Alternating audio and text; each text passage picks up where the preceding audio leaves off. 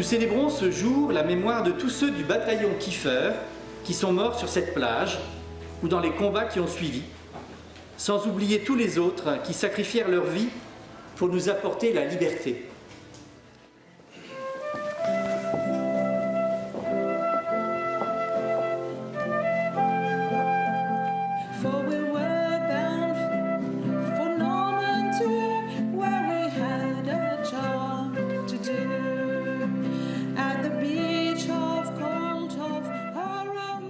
Bonsoir à tous, bienvenue dans ce Hors les Murs. Nous sommes en Normandie, sur la plage de Colville-Montgomery. Il y a en ce moment une célébration œcuménique à la mémoire des soldats français du commando Kiefer tombés ici il y a 75 ans, jour pour jour. Le 6 juin 1944, où D-Day, 156 000 hommes sont arrivés sur le sol normand, nom de code, opération Overlord. C'est le début d'une vaste offensive aérienne, terrestre, navale pour libérer l'Europe de l'occupation nazie. Et cet événement, il va bien sûr bouleverser le cours de notre histoire commune. Tous ces jours-ci en Normandie se retrouvent des Américains, des Britanniques, des Canadiens, des Français, des Allemands et bien d'autres nationalités pour commémorer cet anniversaire. À travers cette émission, nous allons parler de héros anonymes, de soldats, de résistants, d'aumôniers militaires, mais aussi de simples civils qui ont risqué ou donné leur vie au nom de la liberté. Quel message nous livrent-ils aujourd'hui ? Et puis nous irons à la rencontre de chrétiens pour voir comment ils font mémoire de cet événement pour préserver la paix aujourd'hui, mais aussi pour les générations futures. Et de nombreuses commémorations ont lieu en ce moment, comme en la cathédrale de Bayeux, première ville libérée par les Alliés, un office œcuménique anglican et catholique. Il est présidé par le cardinal Ouellet, préfet de la congrégation pour les évêques, en présence de Monseigneur Boulanger, évêque de Bayeux-Lisieux, et de l'évêque anglican de Plymouth. De nombreuses personnalités politiques y participent, le prince Charles et son épouse, la première ministre britannique Theresa May ou encore Édouard Philippe. On en regarde quelques images.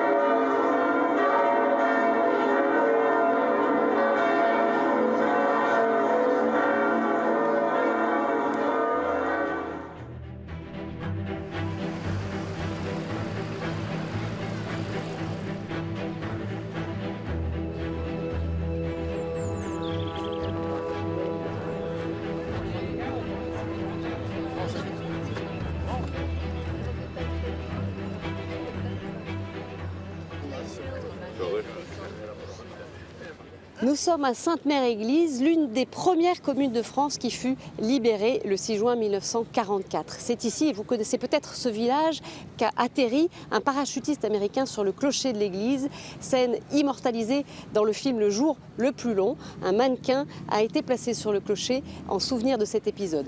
Alors il faut savoir que 13 000 parachutistes américains ont risqué leur vie pour sauter sur la Normandie. Et nous sommes allés rencontrer certains de ces vétérans, des vétérans de la 82e division aéroportée des États-Unis. C'est un reportage de Geoffrey Defebvre.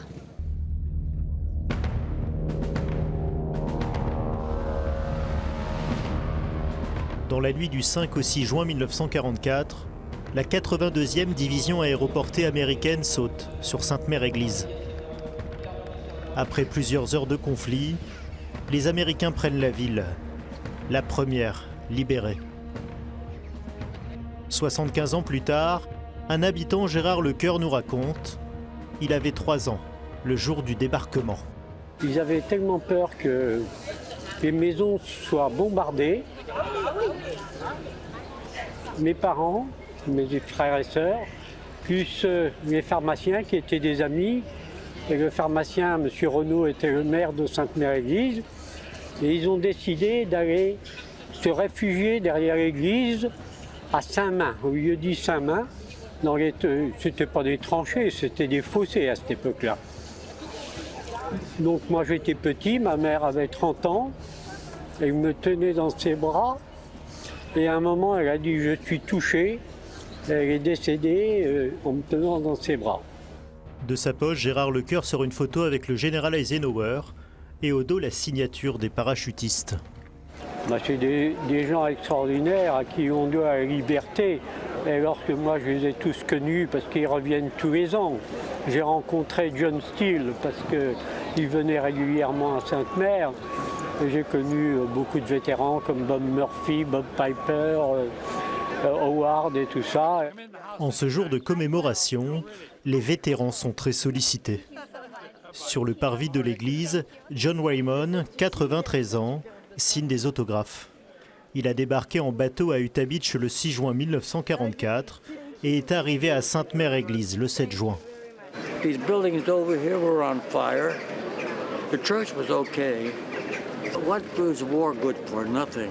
It was good for me because I met my wife, but a friend asked me, John, what are we doing here? I don't know what we were doing coming across here.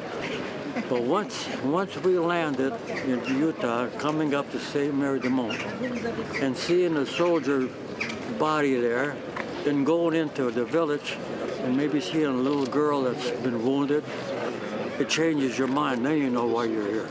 Then you know why you're fighting. Sur le chemin pour rejoindre son épouse, John Raymond évoque sa foi. Well, it gives me courage and especially when I can get to church. It's I know that there's only one person watching me, and that's up there. Without him, I wouldn't be here today. Attablé en terrasse, George Mertz se prête lui aussi au jeu des autographes. Cette fois-ci, c'est pour Sébastien et Christiane, des touristes allemands. George, we just met here. He said his grandfather is a German too, and he fought against the Nazis. And it's amazing to spoke with them, and maybe it's the last chance to spoke with a veteran.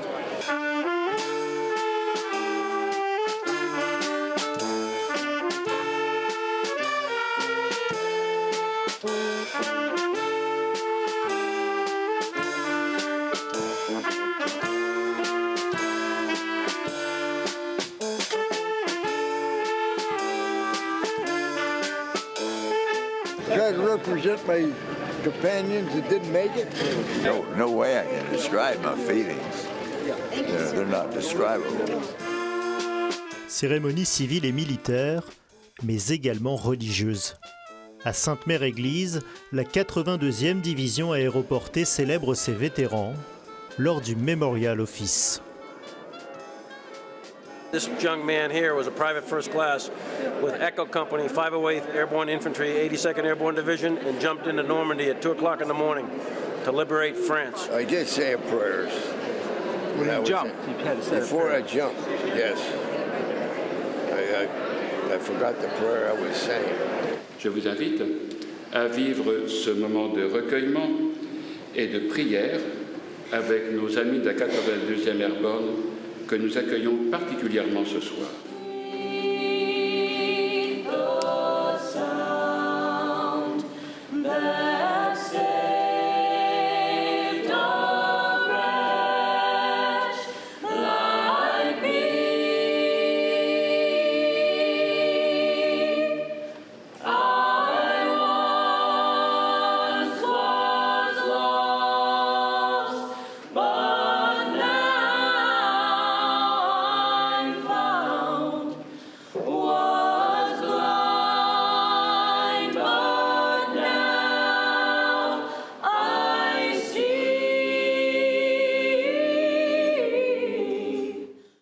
Et je retrouve le révérend Tom Wilson, canadien, qui est aumônier anglican de Saint-Raphaël dans le Var. Révérend, bonjour.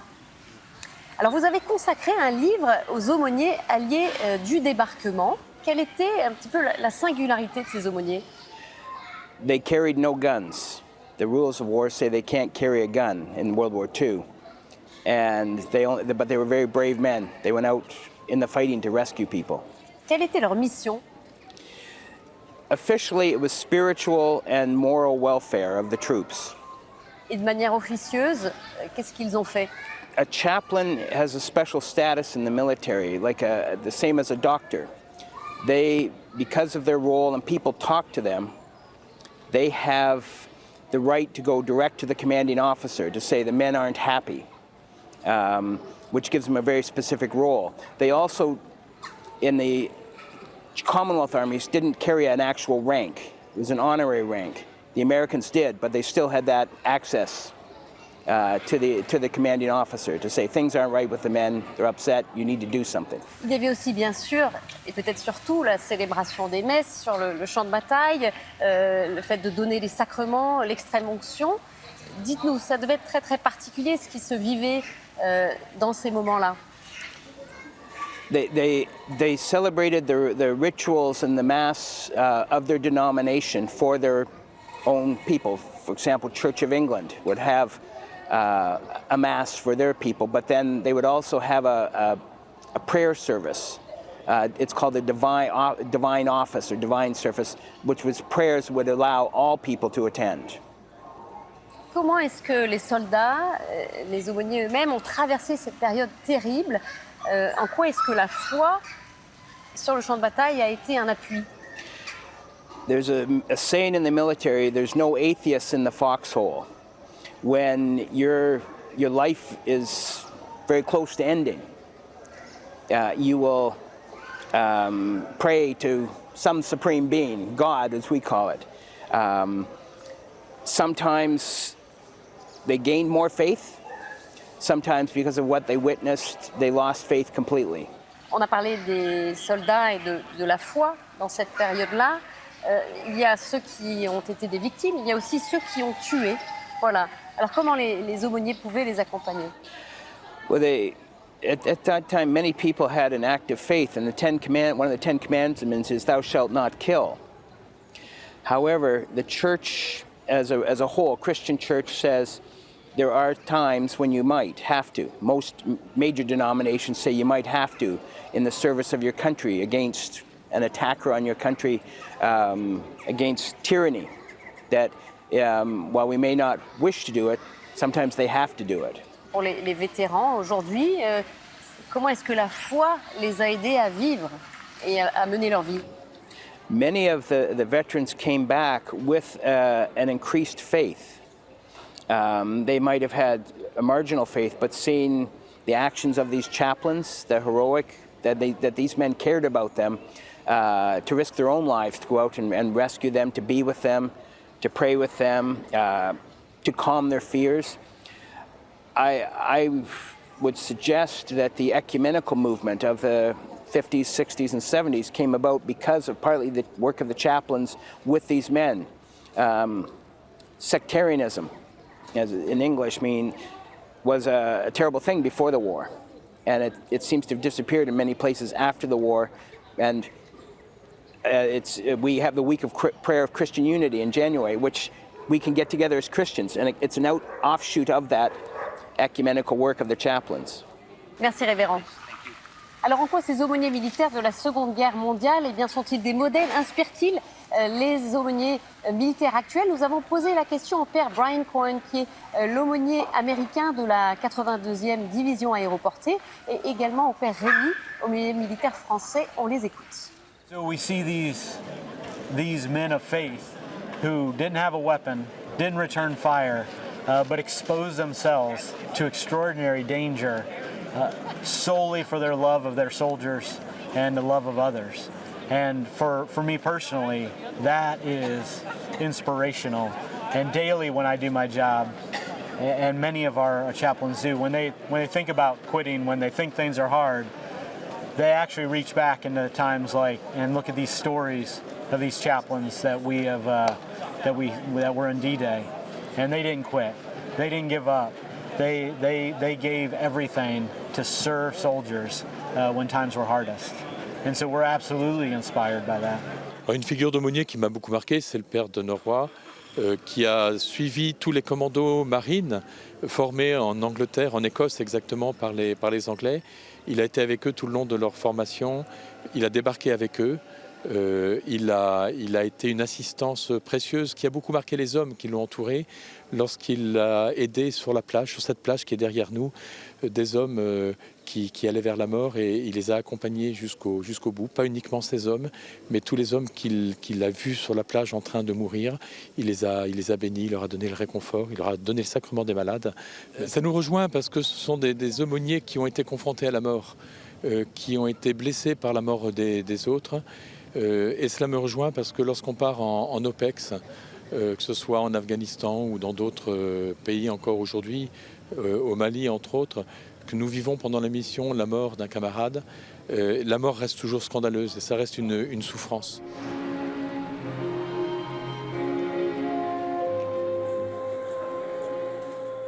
Alors on a parlé des militaires, mais la guerre c'est aussi bien sûr de nombreux civils qui ont été touchés, comme ici à Caen.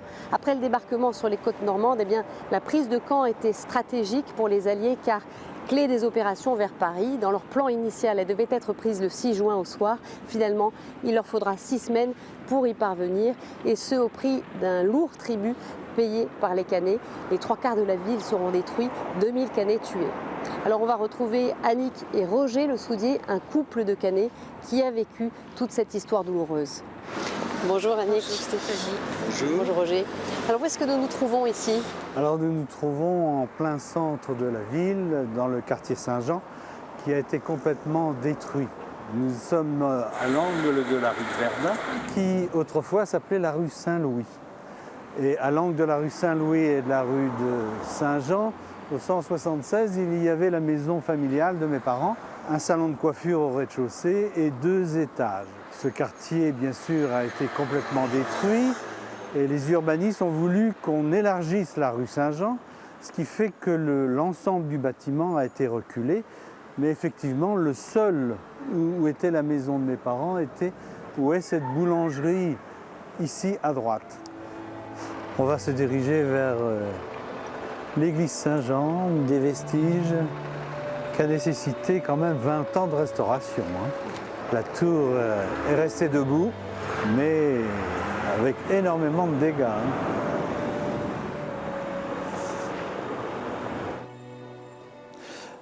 Alors voilà, nous arrivons vers quelques photos qui vont nous résumer un peu ce qui s'est passé. L'église Saint-Jean, donc entourée de maisons, on disait que les maisons soutenaient l'église, à la tour penchée. Après, donc, nous avons une autre photo qui nous fait voir, après les bombardements, les tas de gravats qui restent autour de cette église dont la tour a résisté. Nous avons l'église qui est bien entendu restée. Vous avez l'ancienne rue Saint-Jean qui est toute petite puisqu'elle faisait 8 mètres.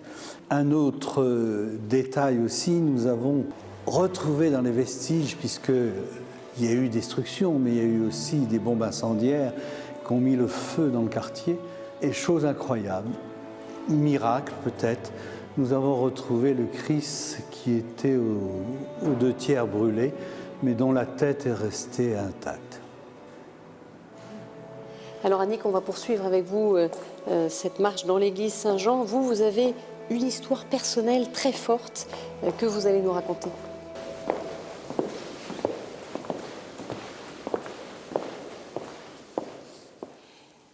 Alors Annick, votre père a été résistant, déporté à Mauthausen et Auschwitz. Ça, vous le saviez, mais vous avez découvert il y a un an des éléments nouveaux grâce à votre fils qui a fait des recherches. Oui. Des choses sur votre père dont lui-même ne vous avait jamais parlé. Qu'est-ce que vous avez appris? Mais tout ce mystère qui était... on ne savait pas ce qu'avait fait papa, on ne savait pas si c'était un héros ou pas. Et là, on s'est aperçu qu'on avait un héros. Parce que quand il a été arrêté, dénoncé par un jeune qui a été martyrisé d'abord, bien sûr, pour donner un résistant, quand il a été arrêté, il a été 1 mois à la prison de Caen. Et pendant 1 mois, il a été martyrisé, flagellé, pendant 1 mois, et il n'a jamais donné aucun de ses compagnons de résistance. Aucun. Alors qu'ils auraient pu le faire. Ce qui fait que lui, il est parti, mais les autres ont pu continuer leur résistance dans la région. Ce qui était quand même formidable, parce que c'était un gros groupe, puisque mon père était responsable du groupe de Caen, donc il avait beaucoup de résistants autour de lui, et ils ont pu continuer. Et là, la semaine dernière, on a été près de la forêt de Cinglé, mettre un un meuble pour rappeler que des résistants avaient fait sauter un train. Et ce train et ces résistants, c'était les compagnons de papa, qu'on continuait après. Ça a été un choc pour vous d'apprendre ça? Oui, parce que n'ayant jamais rien su, j'ai pas pu, avoir une extase devant mon père, quoi. Alors que maintenant je l'ai. Ça, c'est dommage. Comment est-ce que vous interprétez ce silence de votre père toute sa vie après? Il était très discret. Très, très discret. Bon, il a beaucoup souffert. Beaucoup, beaucoup, beaucoup. Quand il est rentré, il n'avait plus rien. Il fallait qu'il refasse son atelier, puisqu'il était électricien.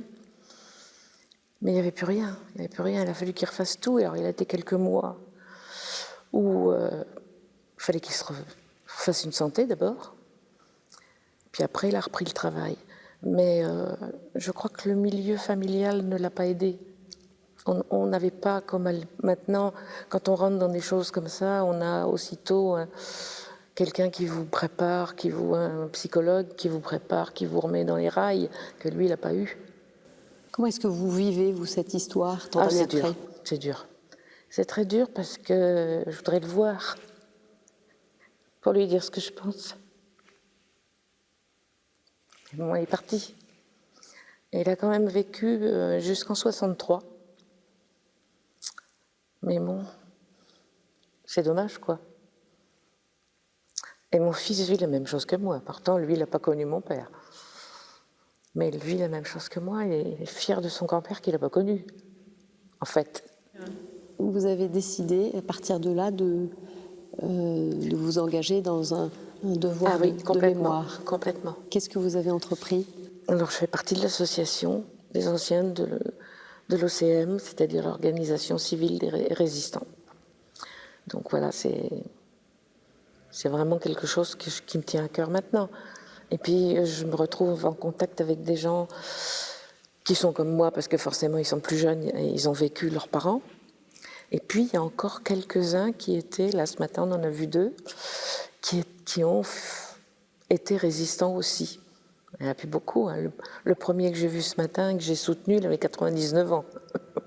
Donc ça ne va pas durer des années. Hein. Mais c'est beau de les voir encore, quoi. Ils ont la chance d'être là, eux. En quoi c'est important, ce devoir de mémoire? C'est héroïque ce qu'ils font. C'est quand même... on a gagné la guerre, vous allez me dire, c'est déjà beau. Mais c'est héroïque tout ce qu'ils ont fait, même tous ces étrangers qui sont venus. C'est quand même, là ce matin, toutes les commémorations à Colville, c'était poignant de voir tous ces gens qui sont presque grabataires. Hein, parce qu'ils ont plus de 90 ans, ils avaient 20 ans. Bon, ils nous ont sauvés, hein. Nous, si on est en vie, c'est bien à cause d'eux. Hein. Si on vit bien, c'est bien à cause d'eux aussi. Mais c'est fragile.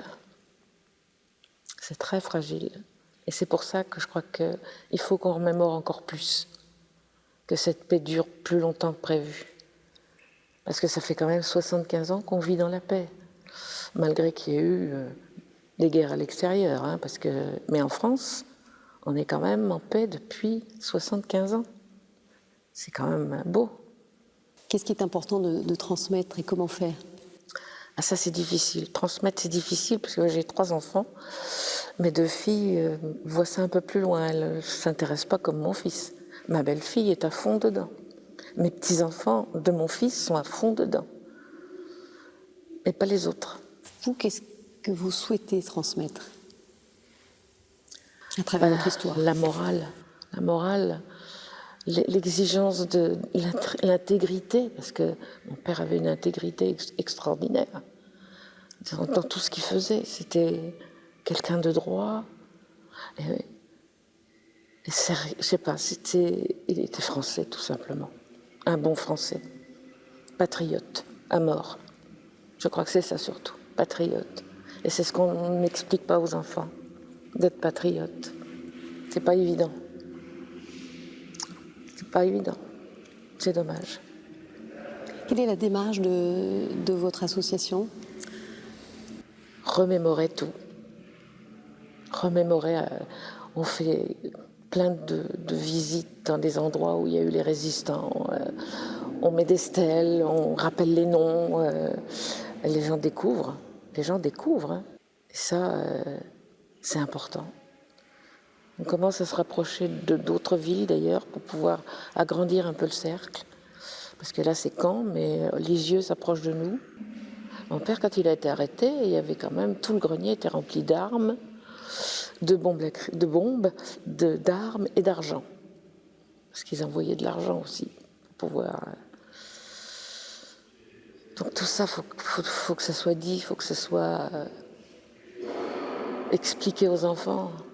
Mais c'est vrai que il faut absolument que les enfants se rendent compte que. Et puis il y a plus de service militaire, il n'y a plus rien. Donc les enfants, ils sont complètement à côté de tout ce qui peut être militaire et ce qui peut être la guerre et ce qui peut être même la paix. Est-ce qu'ils savent ce que c'est vraiment? Non, ils ont vécu que dedans. Ils savent pas. Donc c'est ça l'enjeu. C'est ça l'enjeu. C'est leur montrer qu'on peut être dans un moment épouvantable comme ont été nos parents en 39-45. Parce que ça a été horrible quand même. Hein. Vous sentez qu'il y a un tournant générationnel, 75 ans, c'est loin, les derniers survivants sont de moins en moins nombreux, bien sûr. Donc là, il y a vraiment un tournant aujourd'hui. Oui. Qu'est-ce qu'il faut faire? Alors, il faut que les écoles s'impliquent complètement. Alors nous, on prend beaucoup de jeunes aussi. Genre mes petits-enfants, ma petite fille fait souvent le porte-drapeau, mon fils fait le porte-drapeau, ma petite fille, là, ce matin, tenait les torches à la prison de Caen pour pouvoir montrer qu'elle est là, en arrière-petite-fille. Et ça, c'est le symbole. Et puis, elle n'a pas connu son arrière-grand-père, hein, mais elle marche dans la démarche qu'on a décidé de faire. Mais les autres, ça va être plus difficile. Merci beaucoup. De rien.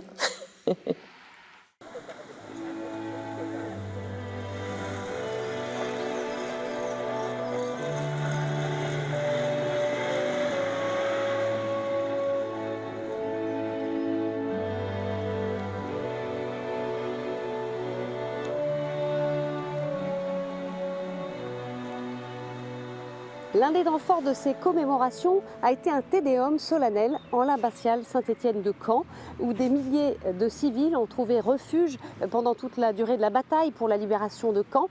Des civils qui se sont également réfugiés dans l'abbaye aux Hommes, qui est l'actuel hôtel de ville. Ce tédéum est l'occasion de rendre grâce pour la liberté retrouvée et d'élever une prière pour toutes les victimes civiles et militaires de cet effroyable conflit. Et c'est le cardinal Ouellet, préfet de la Congrégation pour les évêques, qui a présidé ce tédéum à l'invitation de Monseigneur Boulanger, évêque du diocèse de Bayeux et Lisieux. Le cardinal Ouellet qui a également prononcé une conférence pour la paix. On en regarde un résumé en images réalisé par Antoine Coty.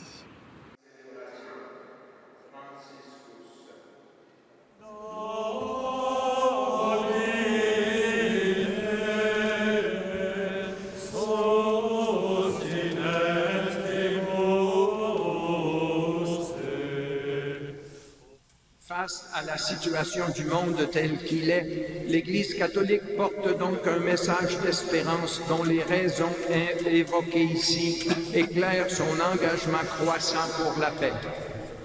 D'un côté, elle est consciente que sa mission est essentiellement religieuse et donc transcende les grandeurs et les misères des affaires politiques terrestres. D'un autre côté, comme institution humaine et communauté historique, elle a son mot à dire sur l'administration temporelle de la justice et la sauvegarde de la liberté religieuse au nom de la dignité humaine qu'elle défend sans concession, rappelant aux États les limites de leur pouvoir et le sens de leur service des droits humains et en particulier de la liberté religieuse. Réalisez. La paix est possible. Hommes et femmes de notre temps, face au spectacle menaçant des mille feux de notre monde, ne sombrons pas dans la désespérance ou l'indifférence, mais guidés par la petite espérance qui tire de l'avant ses grandes sœurs, la foi et la charité. Construisons ensemble l'avenir de la paix, car la paix est possible.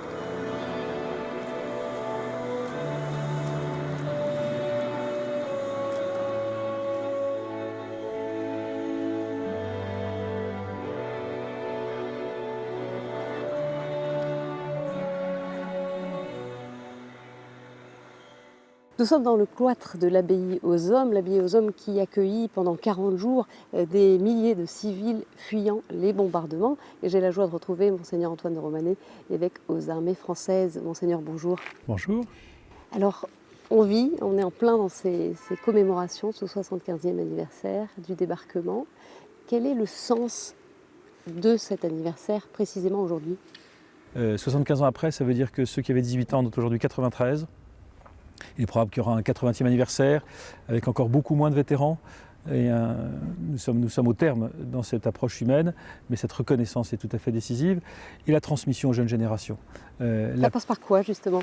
Elle passe par ces actes de mémoire, se remémorer le rôle qu'ont eu par exemple Eisenhower et De Gaulle et Churchill dans ces jours absolument décisifs. Et cette reconnaissance qui s'appuie sur la connaissance. Pour reconnaître, il faut connaître. Nous avons ce devoir de mémoire pour réaliser que la paix est une réalité qui est sans cesse à construire. Elle s'ancre dans la charité et dans la justice. Elle ne sera jamais un fait acquis, d'aucune sorte.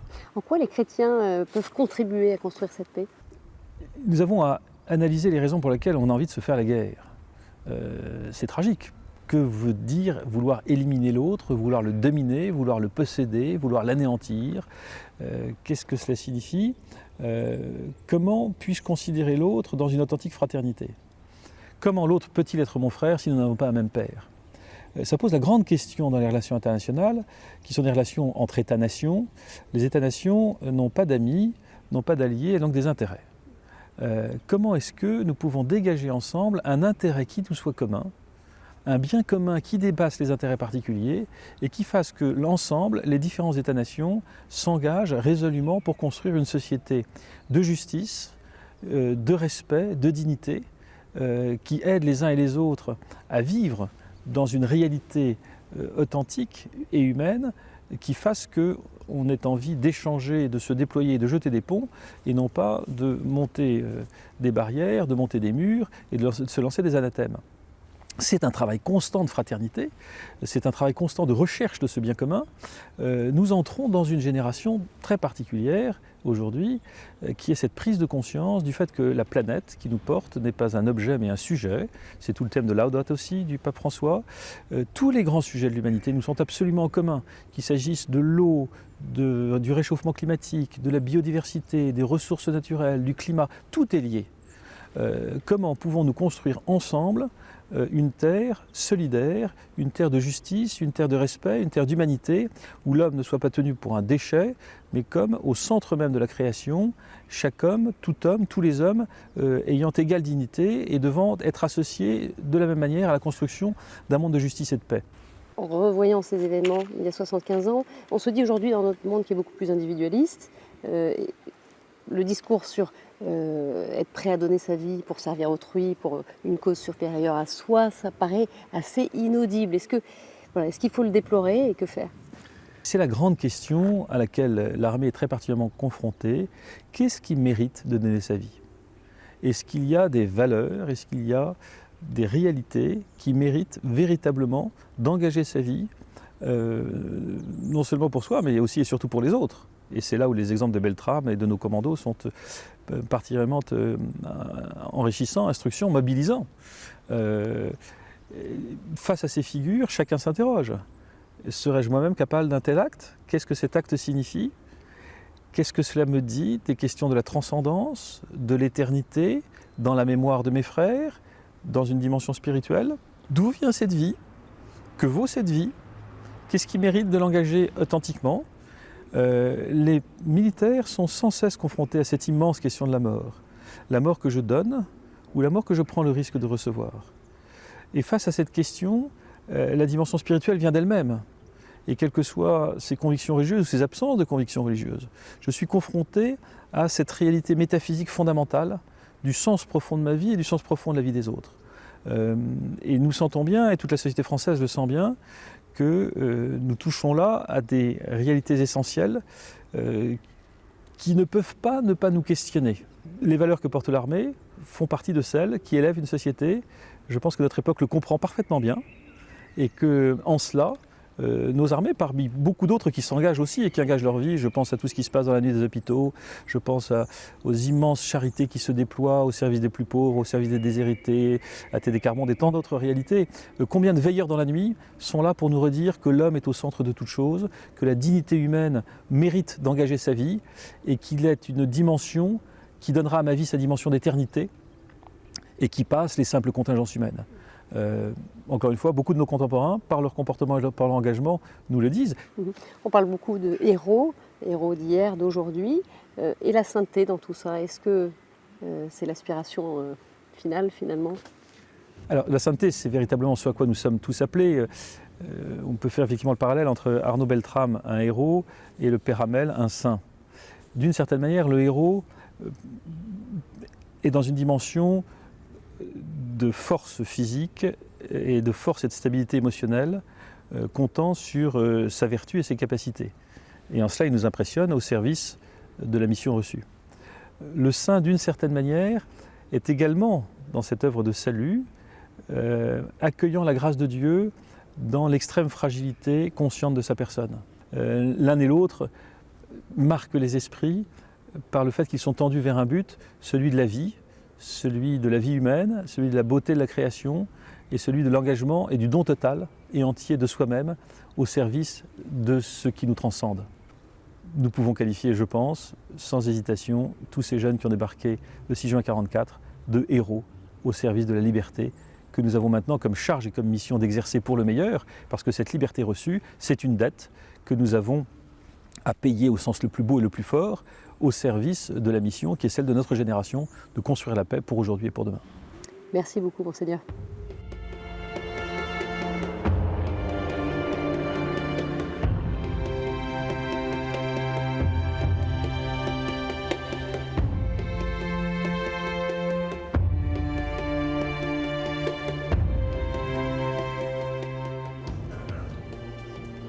Nous sommes devant le célèbre mémorial de Caen, l'un des premiers centres mémoriels européens. Alors comment le mémorial transmet-il la mémoire de ces événements et pourquoi ? Voyez ce reportage d'Isabelle Karaïskos. Un musée pour la mémoire. C'est ce qu'avait imaginé il y a 30 ans le fondateur du mémorial de Caen. Jean-Marie Giraud était lycéen en 1944. Alors lorsqu'il est devenu maire de la ville, il créa le musée comme lieu de transmission. Et le mémorial n'a jamais trahi cette idée. Aujourd'hui, près de la moitié des visiteurs a moins de 20 ans. Cette classe de 3e est venue de Bretagne dans le cadre de l'un des nombreux partenariats avec l'éducation nationale. Un moment fort pour cette génération, née pourtant près de 3/4 de siècle après le débarquement. Ça nous montre à nous qui ne savons pas, qui ne l'avons pas vraiment vécu. Parce que nos parents, peut-être que leurs grands-parents, eux, l'ont vécu, du coup, ils savent un peu. Mais nous, on a perdu un peu ça. On prend conscience de tout ce qu'on ne doit pas faire, en fait. C'est tout ce qui a été fait, le nombre de morts qu'il y a eu. Rien n'est laissé au hasard dans le cadre de ces partenariats avec les établissements scolaires. Ici, la visite est concrètement adaptée au programme d'histoire de cette classe de 3e.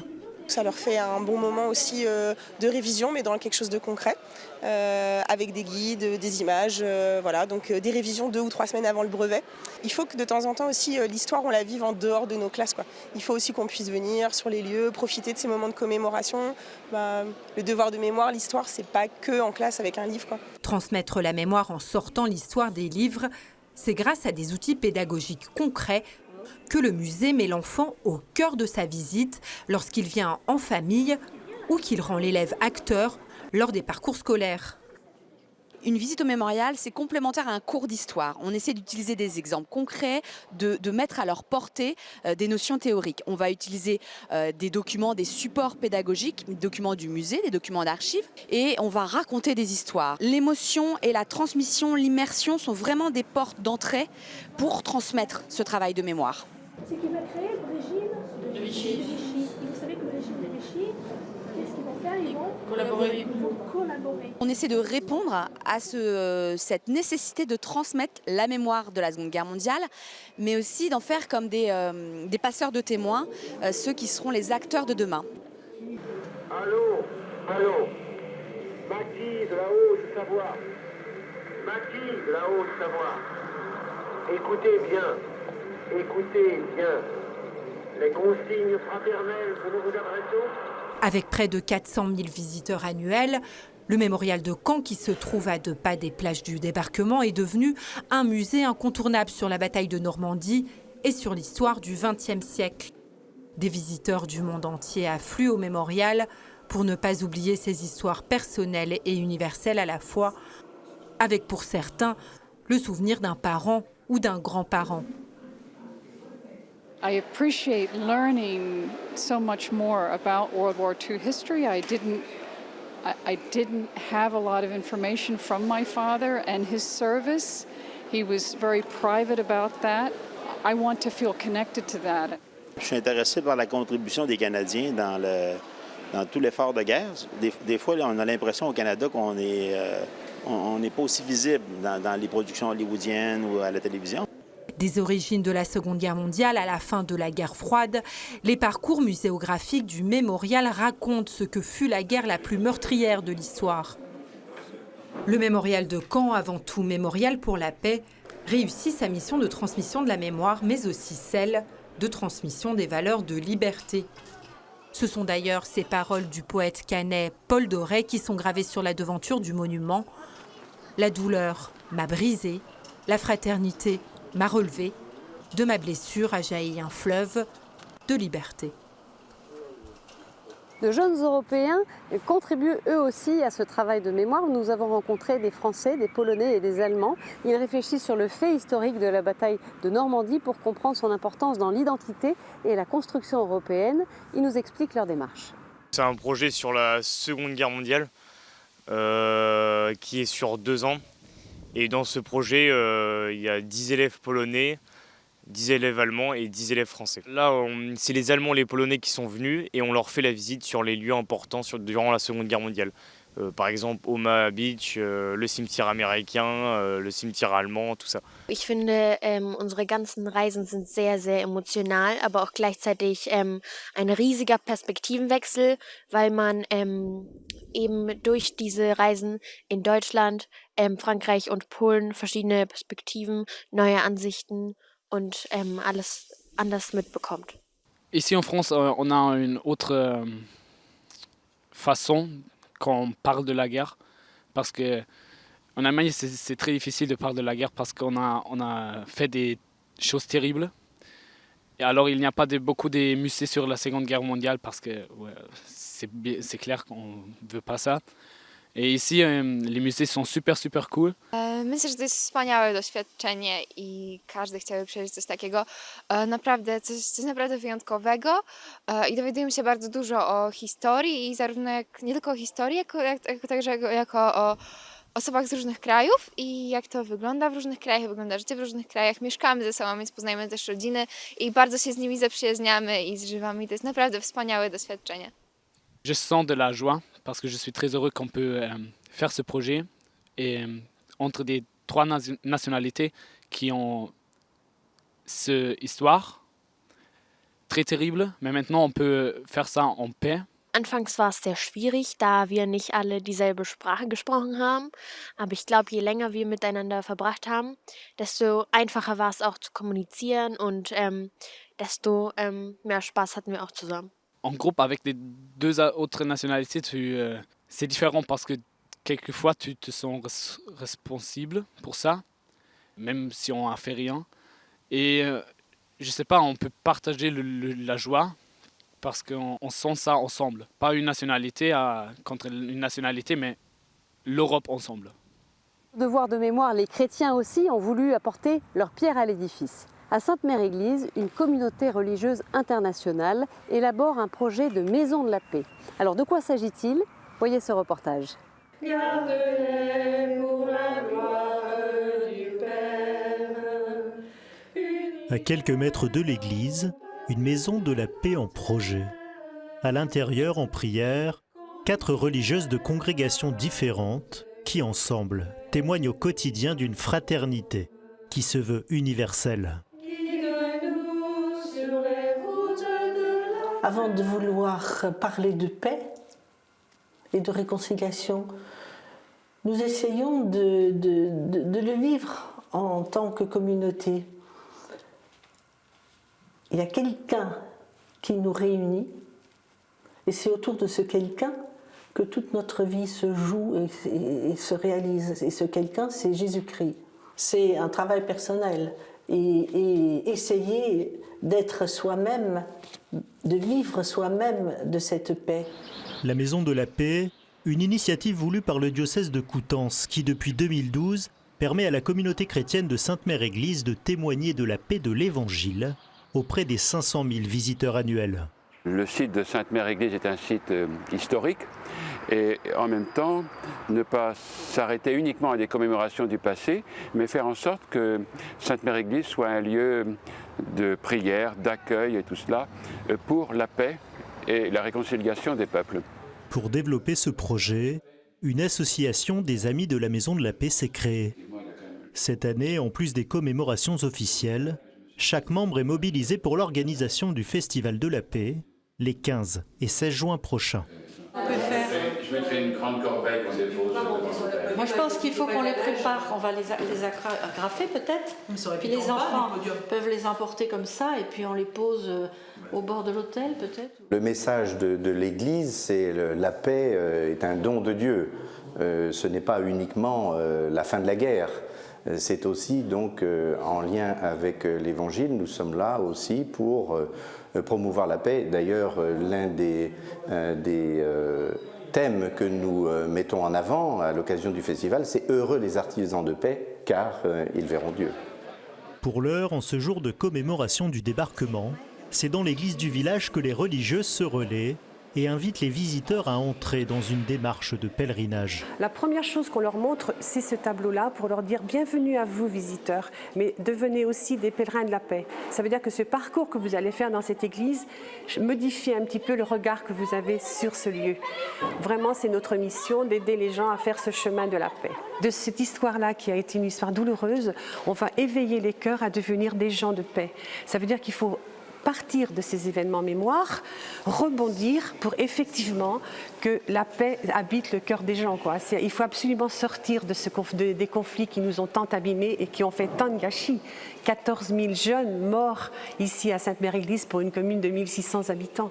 Durant sa visite, sœur Anne-Françoise présente le vitrail Notre-Dame de la Paix, entouré de parachutistes, ou encore celui de Saint-Michel et la Colombe.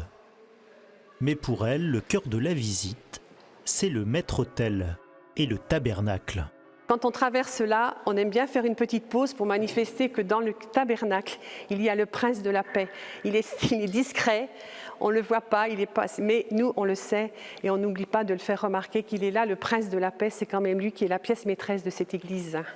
Pour les aider à promouvoir encore plus la paix à Sainte-Mère-Église, une grange de la paix est en projet pour accueillir des conférences, des expositions et un espace de silence et de prière.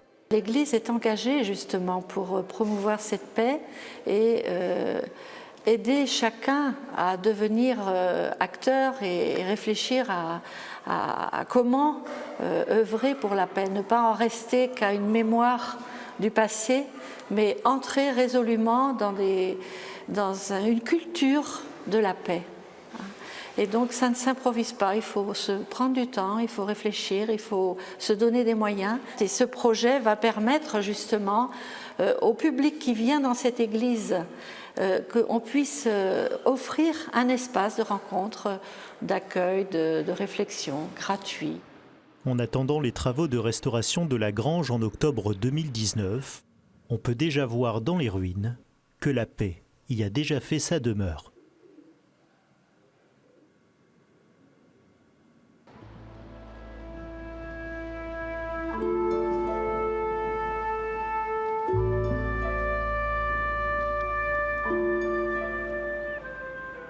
Et voilà, on prend un petit peu de hauteur pour terminer cette émission. Nous sommes dans l'enceinte du château de Caen qui surplombe la ville.